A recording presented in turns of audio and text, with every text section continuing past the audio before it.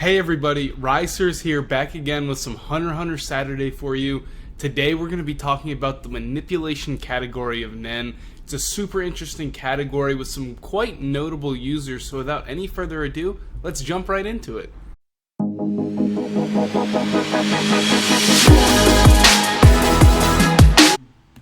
Manipulators have the ability to control living, non-living, and even aura constructs through the use of their Nen. According to Hisoka, manipulators are argumentative and logical. They advance at their own pace and tend to want to keep their families and loved ones safe. On the other hand, when it comes to pursuing their own goals, they do not listen to what other people might have to say about it. While manipulators often use techniques that allow them to control their opponents, some choose to use a medium in order to carry out their will as well. Now, this idea of a medium is pretty important here because you can extend your range with it. Let's say I'm an assassin, or I have some type of mission where I need to get in close and attack someone, carry out, a death of some target, and I don't want to be detected. I can just put my medium at the location. Let's say they're going to be speaking somewhere, right?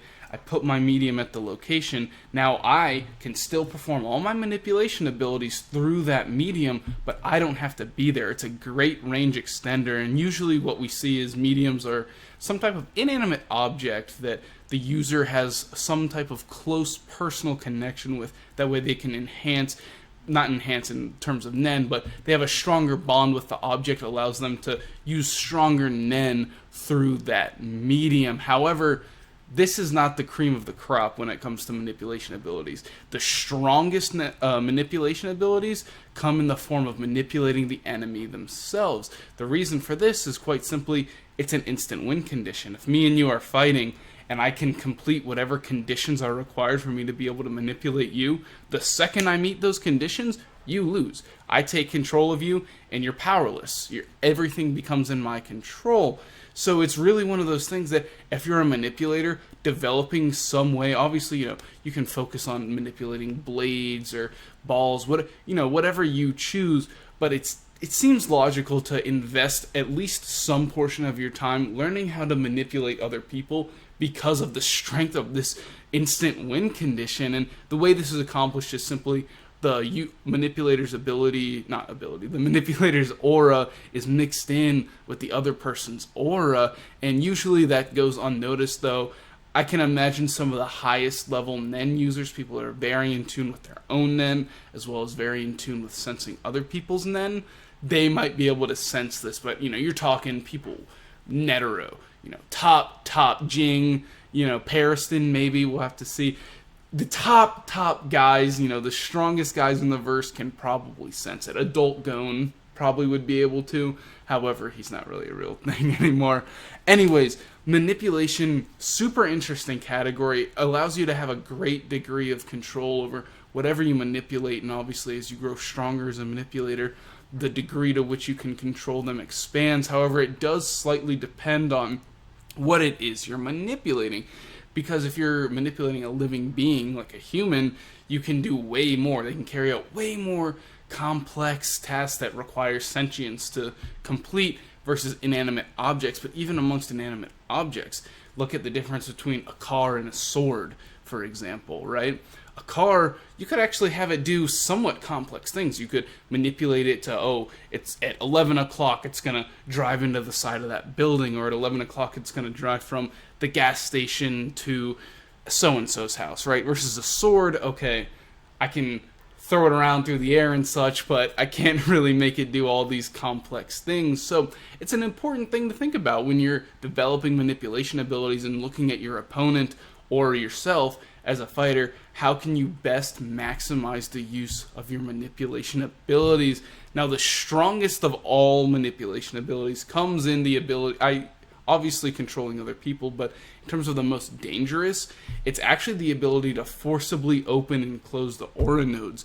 Non-users have been seen to, at the highest level, manipulators can use their manipulation on them and forcibly open their aura nodes. And as we know, I talked about this in my first Nen video when I just did the breakdown of Nen as a whole. This is a very, very dangerous thing for non-users, but it's also something where if I'm manipulating you and I open your aura nodes, you're not normally a Nen user, if that doesn't end up doing a lot of damage to you, causing you to lose all your aura and pass out, if for some reason you are in tune with it or whatever happens, there could be a brief period of time where you are enhanced by aura. So someone who's a non-user, I manipulate you, open your aura nodes, and then for a little bit, 5, 10, 15 seconds, maybe minutes, if you're a really strong manipulator and can control how you open those nodes better, right? I could have a very powerful, basically kamikaze fighter who's going to pass out from aura loss eventually, but for that brief time, greatly enhanced by the new blossoming of aura being released from their body. So definitely one of the strongest manipulation abilities if you're talking about not manipulating your enemy yourself. Obviously that's going to be a win condition. You complete that, boom, you win every single time. However, this would be the way if you can't manipulate your opponent, just say they're too good. You can't get it. You're not going to be able to complete your conditions on them because you have complex conditions that allow you to have very strong manipulation abilities. Instead, I get Joe Schmo over here, unlock his aura, and then he becomes my kamikaze fighter.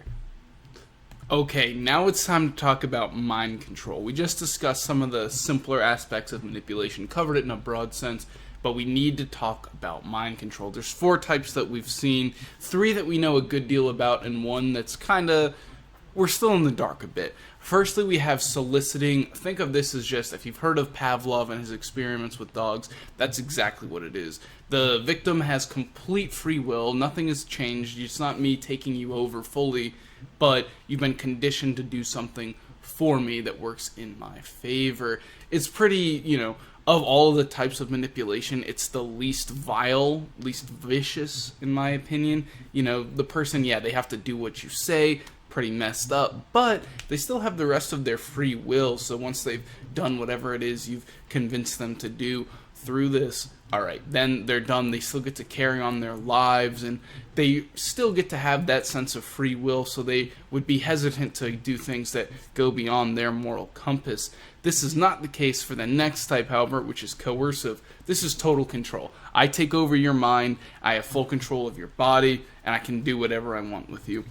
This is where, okay, even if I have a strong moral compass, I can't do anything about it. You take my body over and manipulate me, you make me go in and start stabbing people, I can't stop it. You have full control over me. Now the pseudo-coercive type, the next one on our list here, it's a little bit of both. The way it's described is you either take over the body fully to some extent, or it's a situation where the victim doesn't really have a choice. You've implemented some type of way where, you're manipulating in a way where your body has to run forward permanently. You can still do other things, but your legs are always going to be running, right? So it's less full control. You might still have a little bit, but there are certain things that you have to do, and unlike soliciting where your free will is intact, for pseudo-coercive, you would not have your free will in whatever ways the manipulator doesn't want you to have. It's a greater degree of control to that. Now the last type here, we don't know too much about. The way it was described is that it's got some faint properties of the coercive types, but it's much more broad. It influences a very large range of people, and the way we saw this was you manipulate people's emotions towards certain objects or things. We don't know too much about it, and we'll learn more if if Togashi decides to start writing some more. We'll learn more about this because some of the guardian spirit beasts that we see in the current arc have been shown to use this diffusion induction type. So as we get more into that, hopefully the series continues, we'll learn more about this type, and we can discuss it in further detail when that time comes. Now that we've talked about manipulation and all of its aspects, let's talk about the notable manipulators from Hunter x Hunter. First off, Illumi Zoldyck. This guy is a monster. He's got the most actually, manipulation abilities of everyone on our list here. Firstly, his body alteration. We all remember when he was Gitaracker in the beginning during that first arc, right? He put the needles in his face and allowed him to move around and manipulate his appearance. And this is something you can do without the needles too. However, in that case, he has a 5-hour time limit. And it was powerful enough for him to trick even the Phantom Troop when he replaced Hisoka. So he's quite adept with this ability. And it has been seen that this ability can work on other people too. So Yeah, it's very painful though when that happens. He himself states it's a painful experience. So imagine what it's like when you're not a trained assassin and have experienced a lot of torture. It's a terrifying thing. This ability is very much not one you want to have done to you. Next up, his hypnotic spell, and this one is the one he used on Killua for so long in Hunter x Hunter. Killua would always have all these things that whenever a very dangerous situation came up or a dangerous opponent, he'd always run, bolt. He'd be overwhelmed with that fear of his brother, and that's because his hypnotic spell allows him to put a needle into the target's brain, and whatever conditions he wants them to follow, they're forced to follow. And this ability is interesting because even people like Bisky and Netero could not notice the presence of that needle. It's, he's an assassin, but even still, you'd think that at one point Netero, who was one of the strongest, it literally was the strongest Nen user in his prime, would be able to notice this. But clearly, excuse me, clearly it's one of those abilities that he put a lot of time into making sure it would go undetected, and because of that, yeah, it's one of those things that you might not know. Even Killua, after learning Nen, couldn't figure that out. It's tough, and it's, as far as I'm aware, he could use this on anyone as long as whatever conditions he needs to affect you are. So that is a very scary one, and we saw how much it was able to control Killua, who was a trained assassin as well. Yeah, Hypnotic Spell is a dangerous ability. Next up, we have his Corpse Control, which he throws needles into the head of a corpse, potentially even living things, but we'll talk about that in a sec here. He throws a couple needles into your head, and then he can control them, and they have no... they're dead, right? He can make them do whatever they want. They have no control. Whatever he wants them to do, they do. And there's nothing more you can do about it. Now, you might be able to notice that, okay, that's someone being controlled. You might not realize they're dead, but you can tell they're being controlled. However, he can position the needles in such a way that if I'm walking up to Joe Schmo over here, I might not know that he's manipulated. Maybe he's got long hair and it's, like deep in there. You can't see it or something, It's one of those things where depending on how he positions them and how he makes them move, he can trick you pretty well. Unless you're very adept at reading people or know a person super well, he might be able to trick you in this regard. Now, I talked about maybe he kills them. Now, this is because a lot of these people that we see get controlled by Cursed Corpse don't have other, injuries. They're not missing arms or limbs. They don't have a bullet hole anywhere. So it looks like it's possible that throwing those needles in, he uses in some of his other abilities the needles to change his face or to insert them into your brain, and obviously that doesn't do damage, but clearly this way, it could be a case where he throws that needle, the needle kills you, and then, once you're dead, he controls you. But he also has his Needle People ability, which is the same thing, but he does it to a living person. And they, they can't do whatever. They lose all their sentience, and he can control them until they die from overexertion, or if they can resist his manipulation, that requires a great deal of effort and likely leads to exhaustion resulting in death. And at that point, he can just use his Cursed Corpse Control and do that.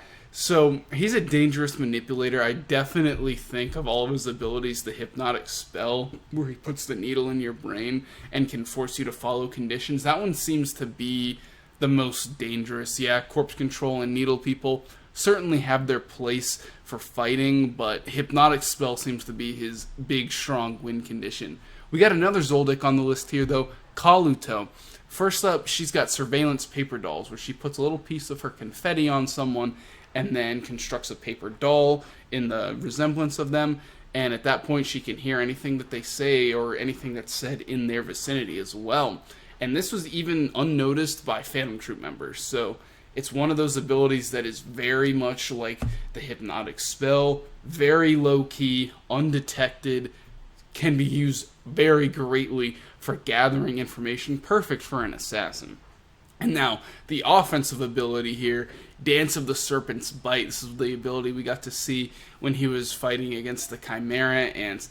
So the technique basically starts off with Kaluto throwing the confetti, paper, whatever that, I don't know exactly what it is. It's like paper, call it whatever you want, right?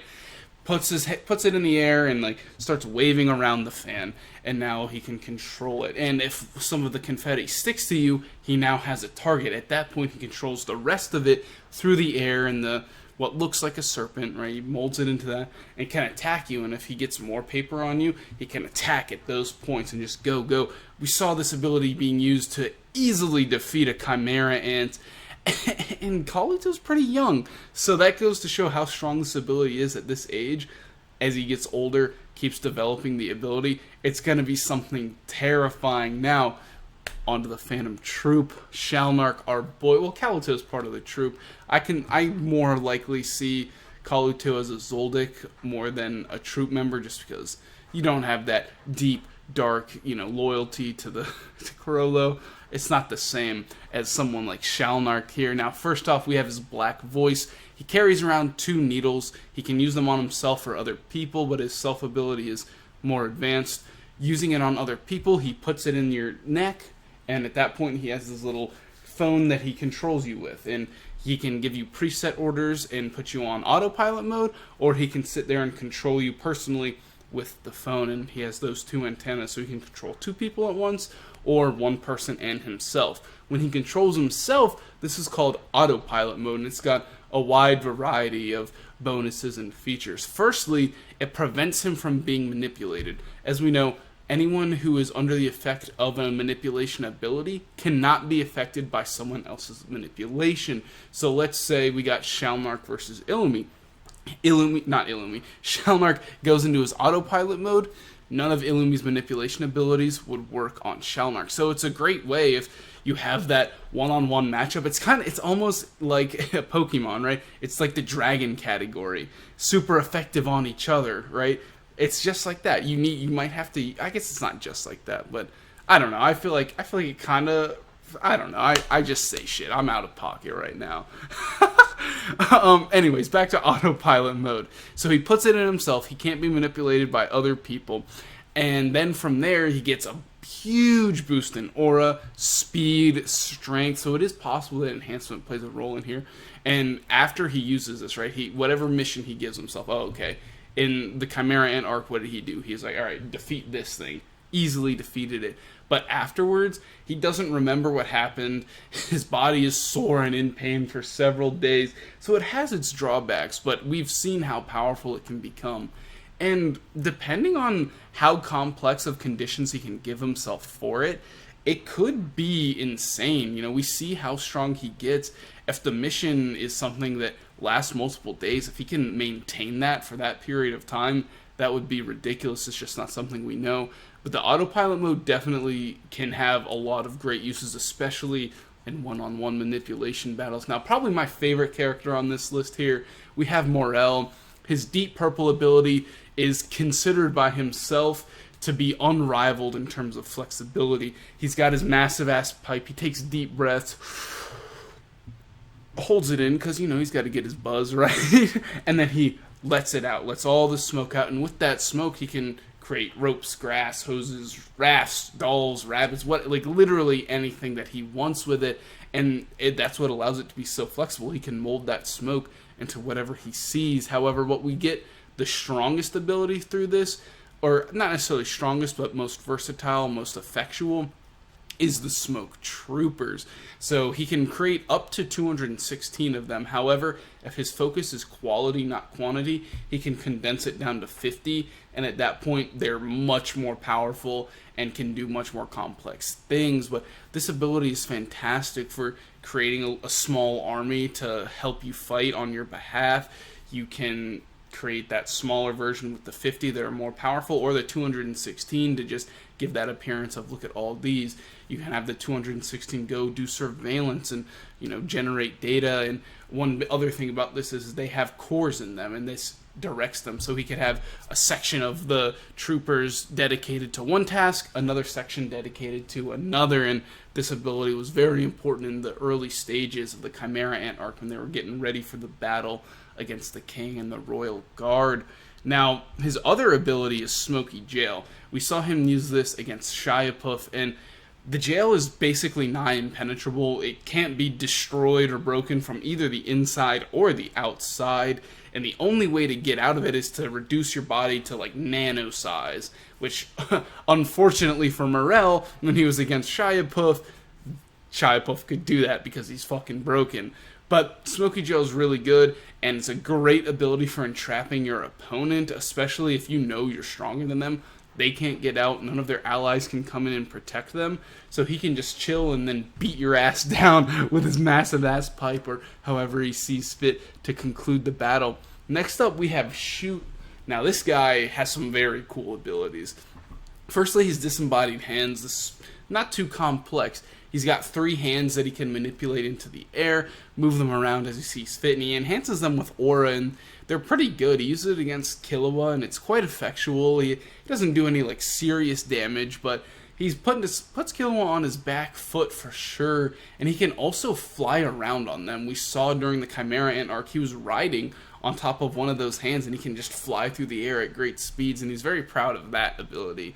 But his much more terrifying ability is Hotel Rafflesia, where he's got his little bird cage type thing, and if he touches your body at a certain body part, it goes into the cage on your body. It's replaced with this black mist type looking thing, and it's not painful, you know, it's not like you're taking damage, it's just gone. And this is pretty insane because eventually he could fully, you know, let's say he knows he doesn't have the destructive offensive power to defeat you, but if he can just touch your body parts in enough places, get you into the cage, you're screwed. What are you going to do at that point? And it's very disorienting, you know. He gets rid of your arm, you're like, oh shit, I need that arm to fight. He gets rid of your leg, or one of the strongest ways he can use this, getting rid of your eyes, taking away your sight. This is an ability that not only is super effectual in terms of reducing what your opponent can use in terms of combat, you know, taking away limbs. This reduces their ability to use aura. Any abilities that they have that require certain conditions with like hand signals or anything could be affected by this. But it's also a mental thing, right? You're fighting this guy and all he does is touch your hand, and now your hand's gone and you're just like, what is going on here? It's very disorienting and can quickly cause his opponents to descend into madness and freak out, and then he can win the fight through that way. You know, he doesn't necessarily have to overwhelm you with strength. This ability is super strong. I really do like this a lot. Next up we have Icalgo, our favorite squid man, and his ability is called Living Dead Dolls, and it's pretty simple. He just kind of climbs into your head and takes control of the corpse. And when he does this, he can control them, he can talk using their voice, and even use their Nen abilities. So it's pretty versatile, especially he finds like the... I just had a funny thought. So imagine he goes to like a graveyard where a bunch of known hunters just fought in some battle and they all died. He could go and use some pretty strong abilities through this. So it's definitely powerful. The one drawback to it though is that yes, he controls the corpse, but they still decompose, so there is a time limit on it. But if he gets a fresh corpse, he's got a pretty good amount of time to utilize their abilities. So this is definitely an interesting one, and controlling corpses is something we see used a lot through manipulation abilities. Lastly, we have Shiapuff, the most annoying character in all. I fucking hate this guy. I hate him so much, and I hate that he's so strong too, being one of the Royal Guard. Fuck Shiapuff. Like this video if you hate Shiapuff too, because fuck Shiapuff, man. This guy is so damn annoying. Oh, the king, he's always freaking out, like, shut up. I always hated Shiapuff. I hated him on my first watch through. I've hated him on every subsequent watch through or read through I've done. This guy just sucks, but he's got some cool abilities that we're going to have to talk about. Unfortunately, against my will, I'm only doing this because he's probably the most powerful character on this list, considering the fact that he is one of the Royal Guard. Though, hey, manipulators are manipulators. You could always one-hit win conditions him, so I just wish, like, Illumi or someone would just control him and get rid of. Fuck this guy. Anyways, I get this. I hate this guy. Firstly, his ability called Beelzebub. This is the one that he used to escape Smoky Jail that we were talking about with Morel. He can control his body, break it down into, you know, however many cores he wants. He can do up to, like, multiple thousands of them.